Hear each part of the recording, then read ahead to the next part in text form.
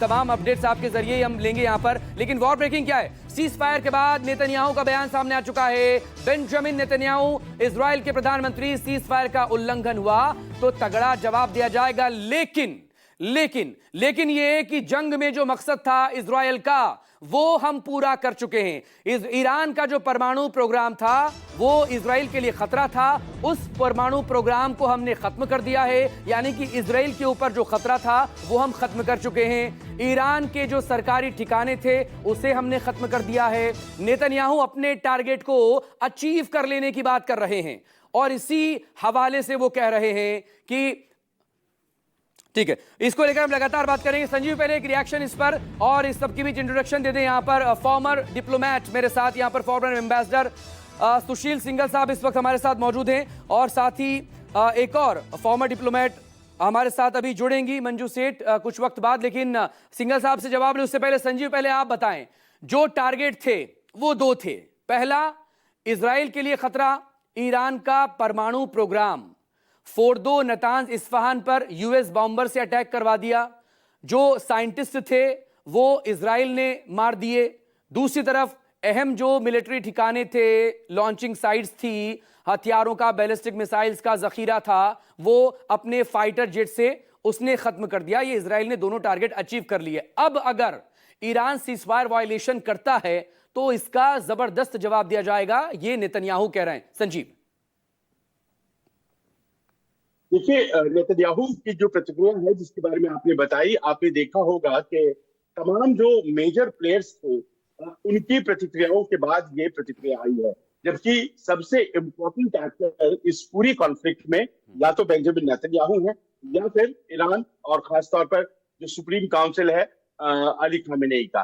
लेकिन नेतन्याहू के बयान के बगैर ही ये मानते हुए कि इजराइल जो कहता, अमेरिका जो कहता है वो इजराइल को मंजूर होगा, हम सब लोगों ने इस बात को माना कि जंगबंदी होने जा रही है। जंगबंदी की शुरुआत के बाद कोई नेता जंगबंदी के बारे में अपनी एक्सेप्टेंस देता हो, ये तो बहुत आश्चर्य की बात है, लेकिन ऐसा हुआ।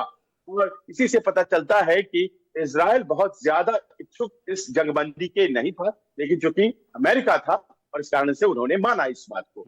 अब दूसरी बात आती है कि उनके मानने के बाद भी उनके पास एक विंडो है, क्योंकि ये जो सीज फायर की शर्तें हैं उसमें लिखा है कि शुरुआती 12 घंटे ईरान को ऑब्जर्व करना है और उसके बाद के 12 घंटे इजराइल को ऑब्जर्व करना है और पूर्ण 24 घंटे हो जाने के बाद सीज फायर लागू होता है।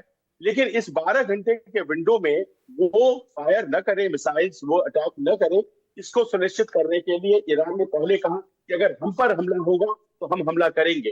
लिहाजा ऐसा लगता है कि इजराइल ने इस बात को एक्सेप्ट किया और उसकी तरफ से इन 3-4 घंटे जो बीते हैं हमले तो नहीं हुए, जबकि ये शर्तें कहती हैं सीज फायर की तो इजराइल हमले कर सकता है, लेकिन उसने नहीं की। पर अचानक से अगर ये हमला हो रहा है तो इसकी दो ही बातें हो सकती हैं। या तो ईरान एक बार फिर से जंग में कूद पड़ा है और उसे लगता है कि अभी बहुत कुछ बाकी है जो हासिल कर रहा है और इतने से काम नहीं चलेगा।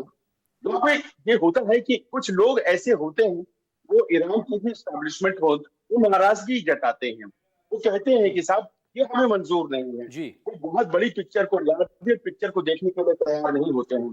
उस उदाहरण के तौर पर आपको हम बताना चाहेंगे कि आपको याद होगा कि भले ही युद्ध विराम या संघर्ष को बंद कर दिया गया था भारत और पाकिस्तान के बीच, लेकिन हर दिन 8 बजे के आसपास एलओसी के ऊपर कुछ मिसाइलें, कुछ रॉकेट्स दाग दिए जा रहे थे, कुछ ड्रोन्स दाग दिए जा रहे थे और उसे इंटरसेप्ट भी किया जा रहा था। उनके बारे में ये बताया गया कि कुछ ऐसे लोग जो कि बहुत ज्यादा कन्विंस नहीं हो पाते हैं, तो अपने आप को बहुत ज्यादा कन्विंस नहीं कर पाते हैं, तो अपनी नाराजगी कुछ इस तरह से प्रदर्शन करते हैं। क्या ईरान की तरफ से फायर की गई ये मिसाइलें उस नाराजगी का प्रतीक है या फिर ये डिसीजन सुप्रीम काउंसिल का है कि लड़ाई को जारी रखना है? आने वाले कुछ घंटों में पता चलेगा। संजीव प्लीज बने रहेगा मेरे साथ। लेकिन इस वक्त एक और बड़ी खबर आपको